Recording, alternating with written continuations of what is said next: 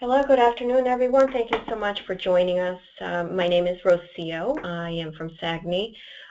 Today we bring you Bill Petrie from Brand of Eight. He is presenting Building Your Business by Serving the Underserved. Bill is willing to take questions throughout the presentation, so if you have anything that comes up, let me know.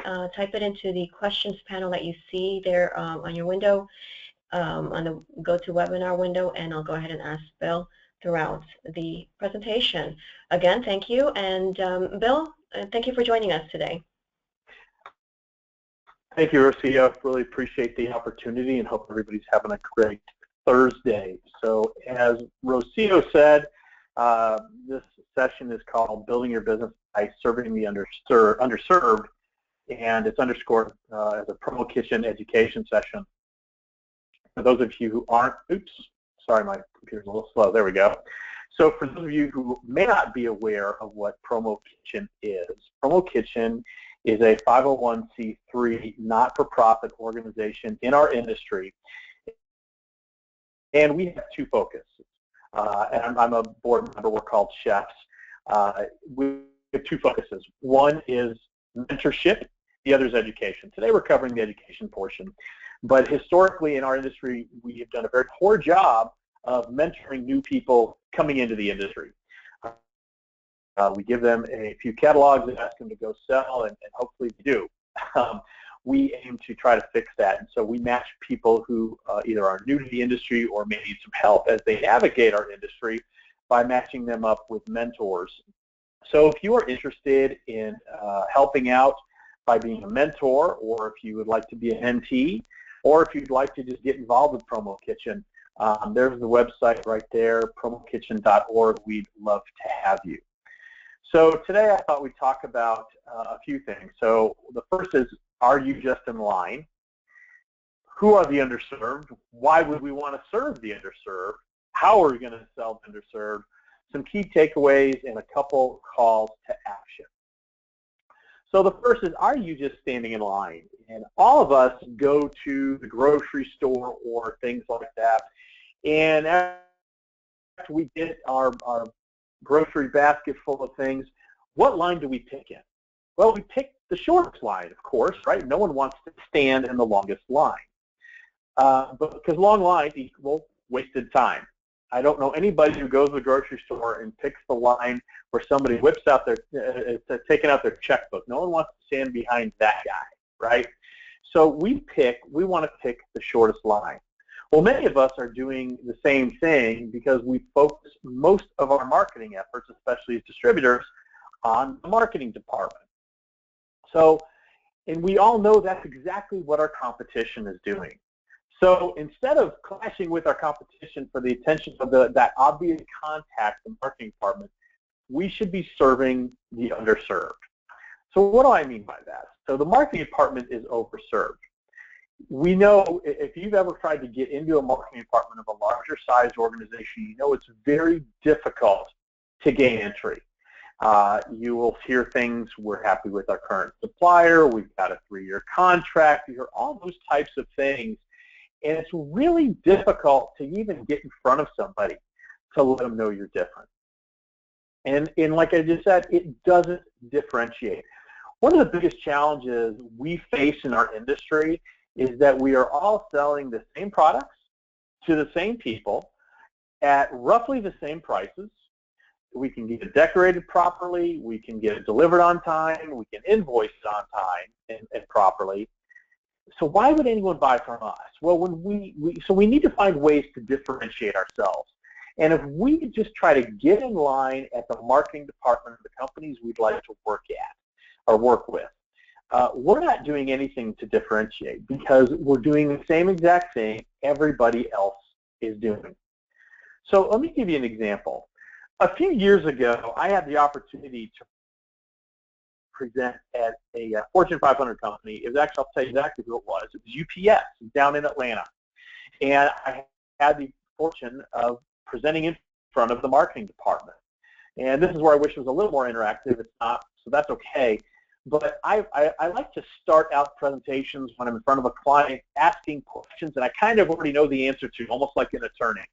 So I ask them, how many people a week, either through email or direct mail or fax or dropping by, whatever, how many people a week try to get in front of you to sell the same products and services I'm selling you? And the answer was startling. It wasn't 20. It wasn't 30. They answered 50 a week. And you can knock me over because I thought the answer was going to be around 20. So think targeting a large organization, up to 50 people a week who do the same exact thing you do are targeting the same department you're targeting. So it makes sense to me that that's the longest line. So I don't think we should be standing in the longest line because there are departments within every organization that are outside kind of that usual suspect. There's opportunities that your competition either can't or they're not going to burn the necessary calories to develop. So why would we want to serve the underserved? Well, it provides value to an attention, provides value and attention to a group that usually doesn't receive it. We're going to talk about who some of these underserved people are in an organization. So it does provide a lot of value to an attention to a group that generally doesn't receive it. It's going to allow you to showcase your own creativity to an audience that will appreciate it. I think we've all been in front of a marketing contact, and they seem generally disinterested by some of the creativity that we may be showcasing. When you have an opportunity to present that same creativity and those same creative ideas to other departments that don't generally get that type of attention, they're going to appreciate it. That's going to help you. Here's a big one. It reduces price considerations. Because you're providing attention to a group that doesn't normally get it, price is not going to be nearly as big of an issue as to when you're competing against other people in the same department, such as marketing, when they can compare apples to apples. It yields much quicker results. By working with groups outside of marketing, they generally have, a lot of them have their own budgets, and they generally will make faster decisions. There's a few things more frustrating than trying to develop a relationship. You get in front of your marketing contact finally.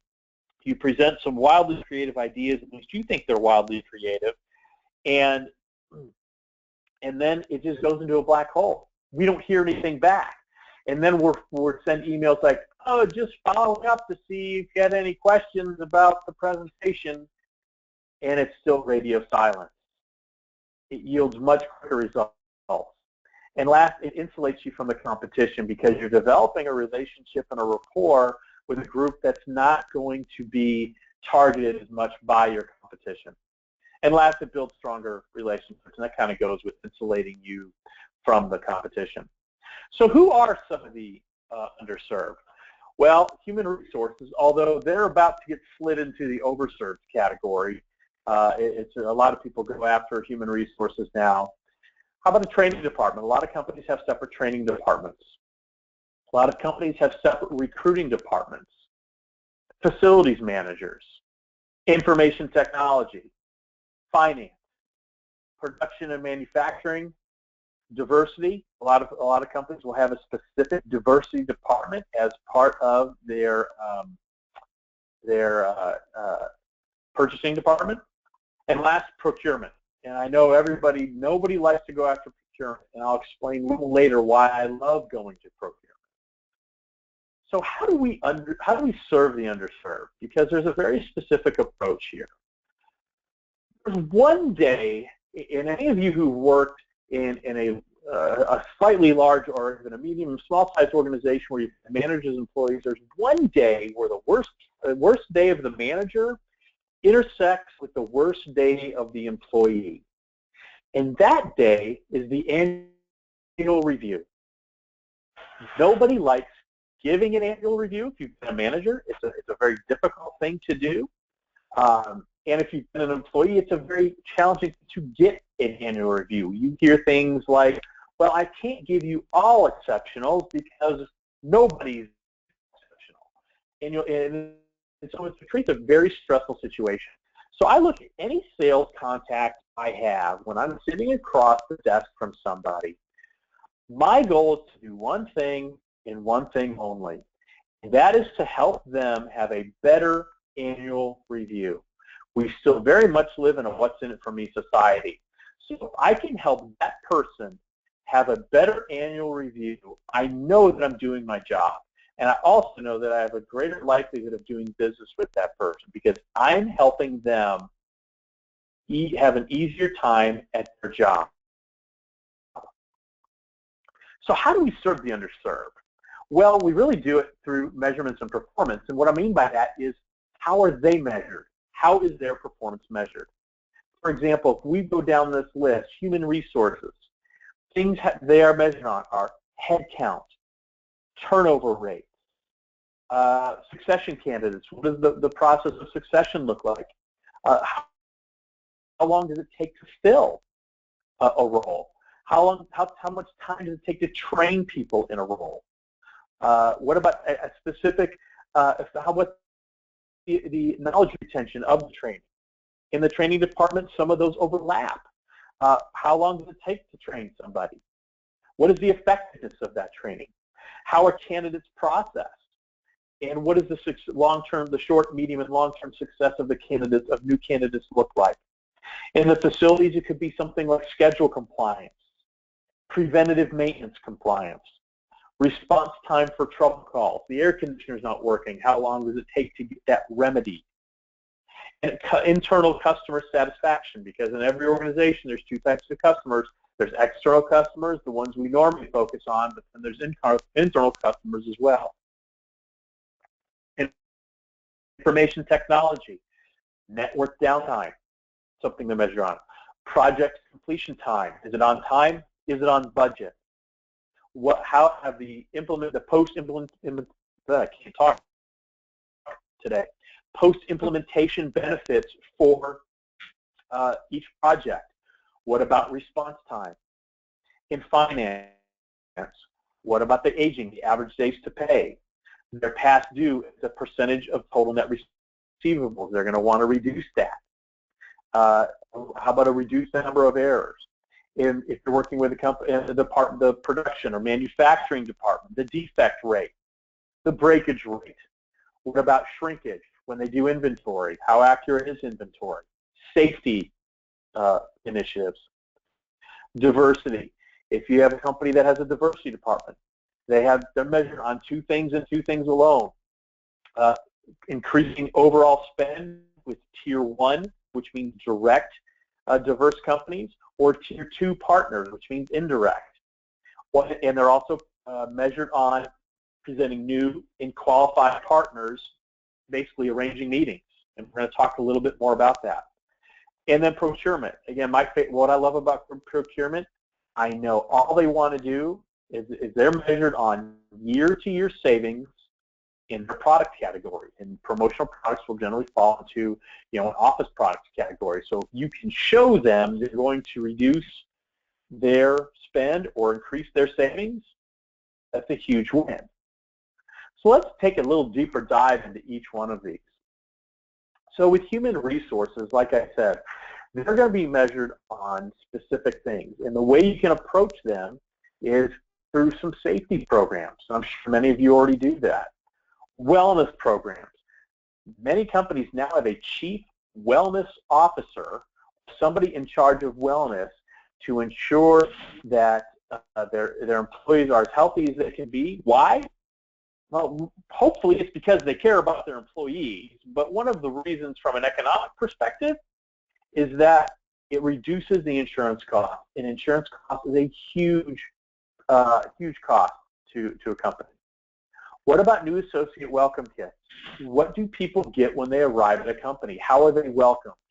I'm sure many of you have been part of an organization where you've just shown up on day one and it doesn't feel very special, and has been part of other organizations where you show up on day one and it's really a fantastic experience because you get a bag of goodies, a shirt, a hat, a cup, a mug, whatever it is, pens, pencils, a portfolio. It creates a very welcoming experience. and then obviously service awards and recognition programs. But as I said earlier, human resources is kind of drifting into that overserved category a little bit. What about training? Many people don't realize that there are specific departments in organizations that focus entirely on training. How are they implementing that training? What type of materials are they using? Are they using printed materials? Do they have binders that they put things in? Do they have trifold brochures? Do they have just a huge list of things accomplished during their training? Or is it all done electronically? Is that something you can help with? What about graduation mementos? What happens when people graduate from training? How is that recognized? Are they given a certificate? Is it given in some sort of printed folder? Are they given a plaque? How are they made to feel special? How are they made to feel part of a larger organization? In other words, how are they recognized? And we all know the studies that show that a recognized employee is an engaged one. What about recruitment? This is one of my favorite ones. Recruitment is a real interesting one because if you look at specific companies, one of the biggest challenges they have is really twofold. It's talent acquisition and talent retention. I think we've all heard, know the statistics that it's about 10 times more expensive to find a new employee than to retain a current one. So how can we help from a recruitment perspective when we're looking at, I got ahead of myself a little bit, or behind myself. When we look at recruitment, there are companies, let's say an engineering company, they're going to go to specific trade shows, specific colleges and universities to recruit new people. So if they're going to a specific trade show, it's incumbent upon us as promotional product sales people to ask them some questions when they tell us, I'm going to a trade show, can you get me some pens with our logo on it? That's an easy thing to do, and we can all do that extremely well. But think about the relationship you can build if you talk to someone in the recruiting department and really try to, at an engineering company, or let's say an oil and gas company, and you ask questions like, well, what kind of trade show are you going to? And who is the target audience? What's their age group?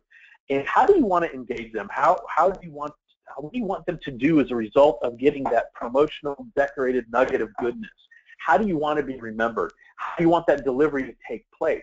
How do you want it packaged? You can get really specific and think of things that they're not necessarily thinking of. They're thinking of going to a recruiting fair show and just talking to as many people as possible, handing out a couple brochures, and hopefully they get the right talent.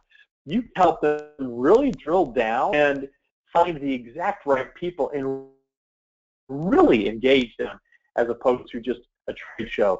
So you can really get specific, and you can do that with any of these. That's just an example I wanted to use.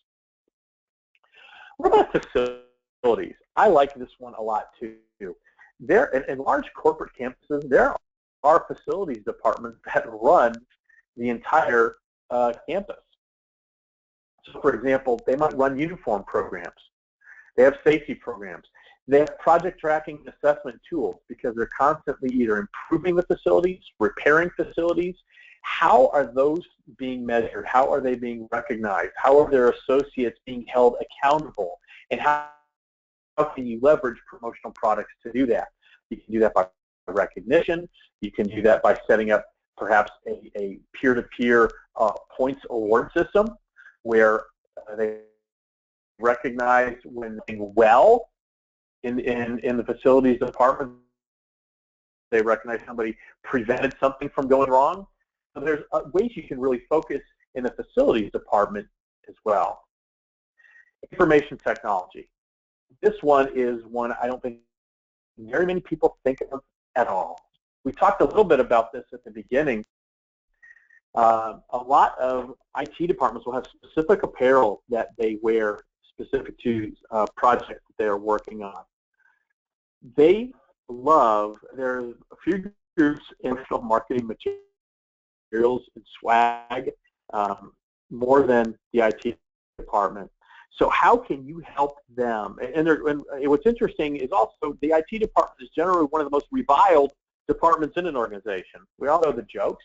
nobody likes the IT guys because they're condescending and all of that, right? Nobody likes those guys. But I tell you, they love what we do in our industry. So you can help an IT manager really create a team-like camaraderie because they are isolated. They usually work separate from everybody else. You can create a program for uptime. If anybody's ever worked in an organization where email stops working on a consistent basis, you know how frustrating it can be. So work with the information technology manager, the CIO, to walk through how to incentivize people and reward them for making sure that, there's downtime is minimized. How about response time? There are a few black holes that make me shudder than a help desk at whatevercompany.com. I know if I send it there, I'll get some sort of automated response, but then I'm going to wait, and I'm going to wait a long time. So how can you help them increase response time for their internal clients? Project tracking materials. Again, they're a larger medium and large companies are always going to be looking to improve their internal systems, whether it's an order entry system or some sort of inventory management system. How is that project tracked, and how can you support that? How can you support each milestone throughout the project to ensure that that project finishes on time and under budget? The finance department, this is a little bit of a tricky one. There's not generally a lot of obvious ones here, but from a team building perspective, if you look at, one of the biggest expenses of a company is waiting to get paid. And any of you who own your own business know how painful that can be when you invoice someone and you wait to get paid. So you can develop a program where you reward people with cool promotional products by reducing the average days to pay. So incent them to make more client contacts to ensure that invoices are paid on time, reducing those past dues as a percentage of the total net receivables, and that ends up helping really build the team. Diversity. I don't know how many of you are either woman-owned or minority-owned or perhaps even both, but a lot of companies, as part of their supply chain, will have a specific diversity manager, and they can really be leveraged to get some excellent appointments at large organizations that you would have a hard time generally getting into. And as I mentioned earlier, they're measured on two things and two things alone. Number one is setting meetings with qualified, diverse companies, if you're part of one, and matching those up with possible business units within the organization. So if you are minority or woman-owned, I highly recommend you find out who the diversity managers are in the companies you want to target, and it's very easy to do through LinkedIn. You can do a search, and they have titles like diversity manager, director of diversity, things like that. If you can get in front of them, show them that you're qualified. You're either a WBENC, so WeBank certified, or NMSDC, the National Minority Supplier Development Council. If you're certified by either one of those and you can share that, and you show you're competent, they will arrange a meeting wherever you want. They are a tremendous and underutilized gateway to an organization, because how they're measured is setting a number of qualified meetings a year. So when they have their review, they're going to be asked, how many meetings were you able to set up this year, essentially. I mean, it gets a little deeper than that, obviously. But overall, how many meetings were you able to set this year? And what is our percentage of spend with diverse and minority, woman-owned, veteran-owned companies? I didn't mean to leave that out. So if you can show them that, they will open up the world to you. And they'll generally even go to that meeting with you and almost provide that face-to-face introduction, which we all would love to have. So if you have minority, woman, veteran-owned status, absolutely leverage that, because it is such an easy way to really get into a company. The last one is procurement. Again, this is my favorite one. And I think it's because it's very similar to the one we just spoke about, which is diversity. If any of you have had, we've all had experiences where we've hit our head against a brick wall. We finally got in front of the marketing person or the person we've been trying to get in front of. We present ideas, we burn a bunch of calories, we come up with ideas, they finally agree to buy, and then you get that awful email or phone call saying, you're not an authorized buyer, so we can't buy this from you. And there are a few things more defeating than feeling that or getting that message. Because marketing doesn't want to be told to who to buy from procurement. And procurement doesn't want to be forced into making yet another relationship because marketing wants to use you. So how do we bridge that? The best way to do that, I love approaching procurement. And I know for years and years we're told avoid procurement costs, they're the worst. And no, they're not great. No, we don't love working with procurement, but we know how they're measured. We know what they care about. They're measured on reducing costs year over year. Now, something that they're not measured on as much is control. But I've never met a procurement person that doesn't have a tremendous amount of desire to control the spend. So if you can show them that by using you as the chief resource of promotional products, if you can show them that and show them you're going to corral that goat rodeo and get their 14 suppliers down to 1 or 2, that's a huge win. So and procurement people will take meetings. They will take meetings because they are going to look. If you can tell them, I'd like to show you how I can reduce your cost. I think I can help you out here.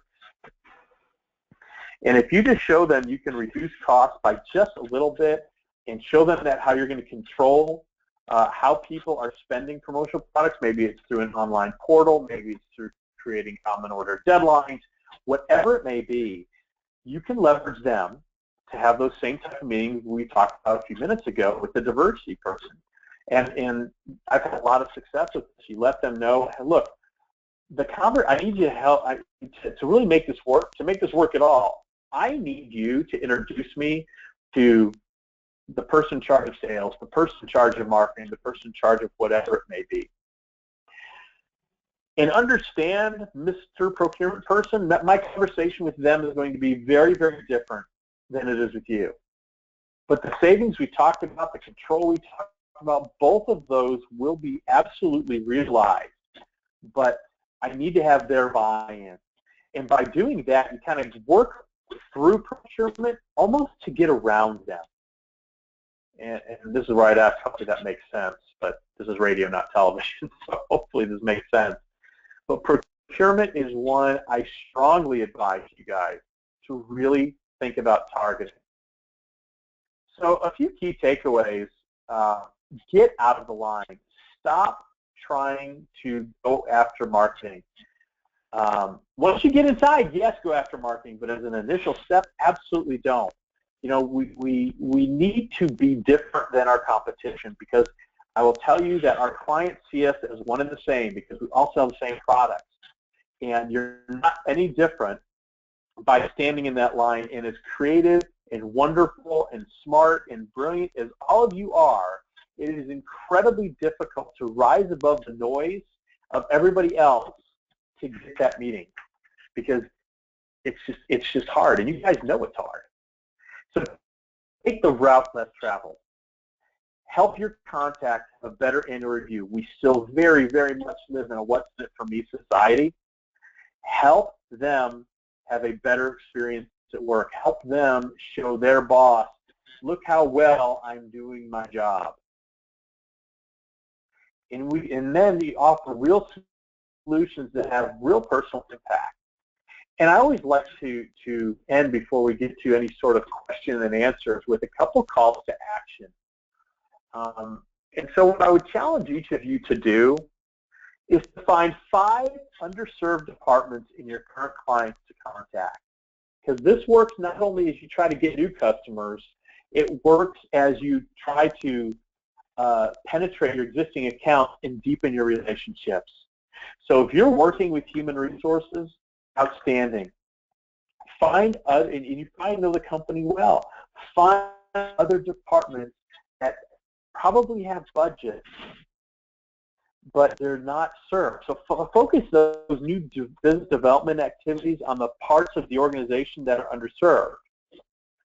And by giving them the attention that are usually reserved for just the marketing contacts, you're going to be able to form relationships that will keep your competition at bay.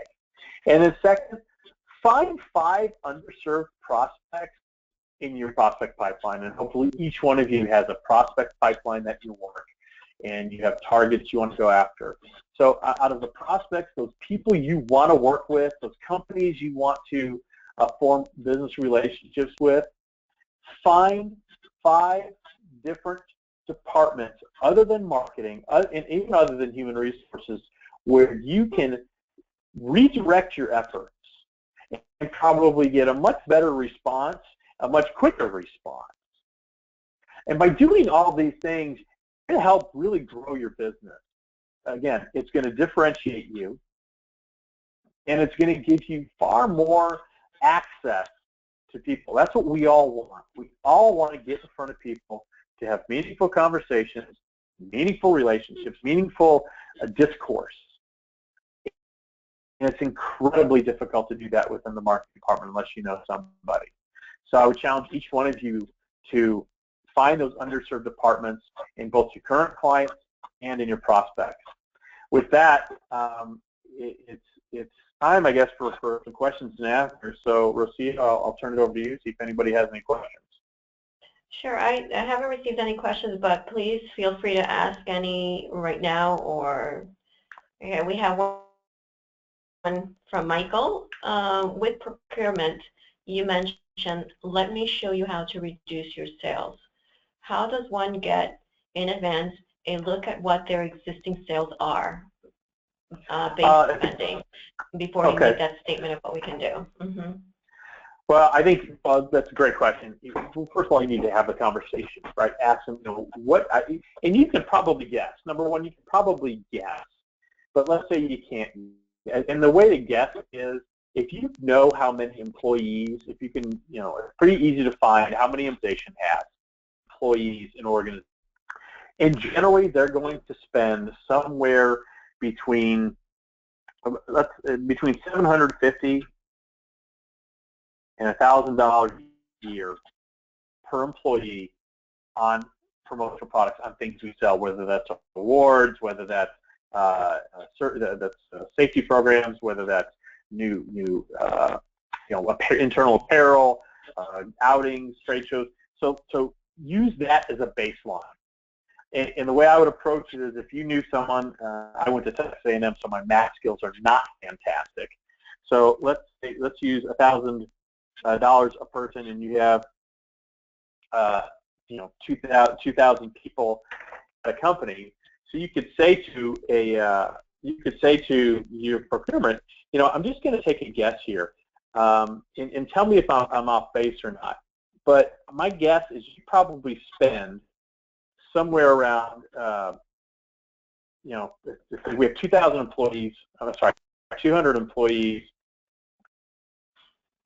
I would guess you spend somewhere between $175,000 to $225,000 a year. Would you say you spend about $200,000 a year on promotional products? That'll generally tell you, again, because you're talking their language. They want to know about cost savings. It's not something we like to talk about, but when we get that out of the way in the front, it makes it a lot less of an issue on the back end. So and that's how you can get the number. I hope I answered your question. Okay. A question from Robert Bruno. What was the name of the organization that assists you with promoting yourself as a certified supplier diversity member? Let me make sure I understand the question. Are you asking what is the organization that you would be certified with, that will certify you as a minority-owned business? I think that was the question, sort of. I'm not He said no. Okay, then I'm sorry. Can you read the question again? I'll try to. Sure. I'm sorry. No problem. What was the name of the organization that assists you with promoting yourself as a certified supplier diversity member? Sorry. Yeah, that would be the person in the organization that's going to help you do that is going to generally be called, as unexciting as it sounds, the diversity manager or the director of diversity. And they're going to be within the supplier relations department. Okay. Let's see. Here's another question. Just scroll down 1 second, please. All right, now I love questions. If calling on HR, whom should you target? The director? And that was from Wanda. Yeah, Wanda, I would target the director of HR.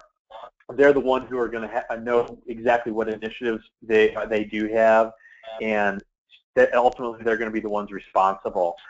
So yeah, I would contact the director of HR, or in a larger organization, it might be the vice president of human resources. Thank you. And again, as you contact as you contact any of these folks, remember to approach them with one thought in mind: what are you going to do for them? Right? It's, I think I can show you how to, retain personnel. I can show you how to have a more engaged employee base, or whatever it may be. It's not about what you think. It's not about how awesome you think you are, even though all of you are sure are awesome. It's what you can do for them. That's what they want to see. Okay, thank you. Again, for Michael, he said thanks for your previous answer. Also, he wants to know if you would kindly restate those diversity certification acronyms again. Absolutely. I think I went a little fast in that. I apologize. It's WBENC. It's W-B as in boy, E-N-C. And that's the Women's Business Enterprise National Council, I think. And the other one is NMSDC. N as in Nancy, M as in Mary, S, D as in dang, and C. And that's the National Minority Supplier Development Council. I think both of them, it's WBENC.org and NMSDC.org. Thank you. And just one last question from Wanda. She said if the slides will be available after the webinar. Absolutely. So, what I can do is I'll email this presentation as a PDF to Rocio, and I'm more than happy to distribute it. Absolutely. Okay, wonderful. And also remember, everyone, we have recorded this webinar, and it will also be uploaded to our YouTube channel. You can get the link and access to our YouTube channel by going to our website, SAGNY.org, SAAGNY.org. One more question from Michael Kaufman. Sure.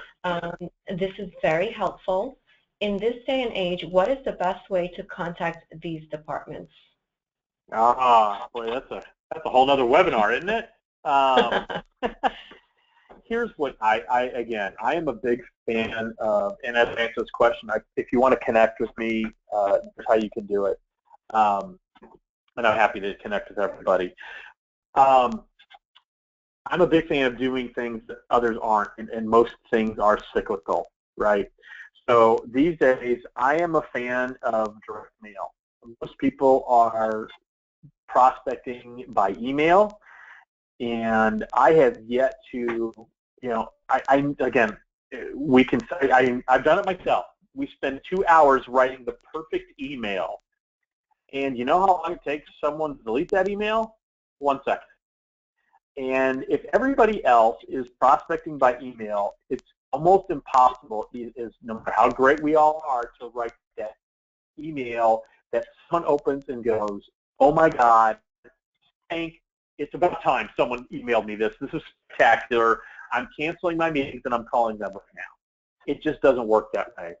I like direct mail and packaging because it underscores what we do. I mean, historically, as an industry, we're terrible promoters of what we do. We don't utilize it very well at all. What better way than to send something in a package? something that it doesn't even have to cost very much, but to send something to brighten somebody's day in a 3 or 4 sentence note. That's what I like to do personally. So that's how I would approach, just because I know when I get a stack of mail, if I have a stack of envelopes a quarter-inch thick and a box, I know what I'm opening first. And if that box, I really know what I'm opening first. So that's what I would do. Okay, wonderful. Thank you. And I think that was the last question that we've received. A wonderful presentation, Bill. We learned a lot today. And questions for Bill, his contact information is right there. And also, if you want to send me an email, I'll go ahead and forward you the slideshow that Bill will be sending to me later. Again, don't forget to check out our YouTube channel, and we hope to see you, some of you or all of you, at Expo East next week. I'll be there. Bill will be there, and I will be there too. Yeah. So thank you so much for having me. I really appreciate it. I really enjoy doing these things. It's always a little weird. I'm used to speaking in front of an audience, and so it's very, hopefully the energy level was there. And again, like Rocio said, I will be at Expo East next week on Education Day, and would love to meet some of you guys. So thank you again for the opportunity. I really appreciate it. Yeah, you did a wonderful job, Bill. Thank you. It was great. Energy was awesome, and thank you for doing this for us on short notice. Everyone, have a safe and wonderful afternoon. All our best, and much success to everything that you do. Take care. Bye-bye, everybody. Okay, bye-bye.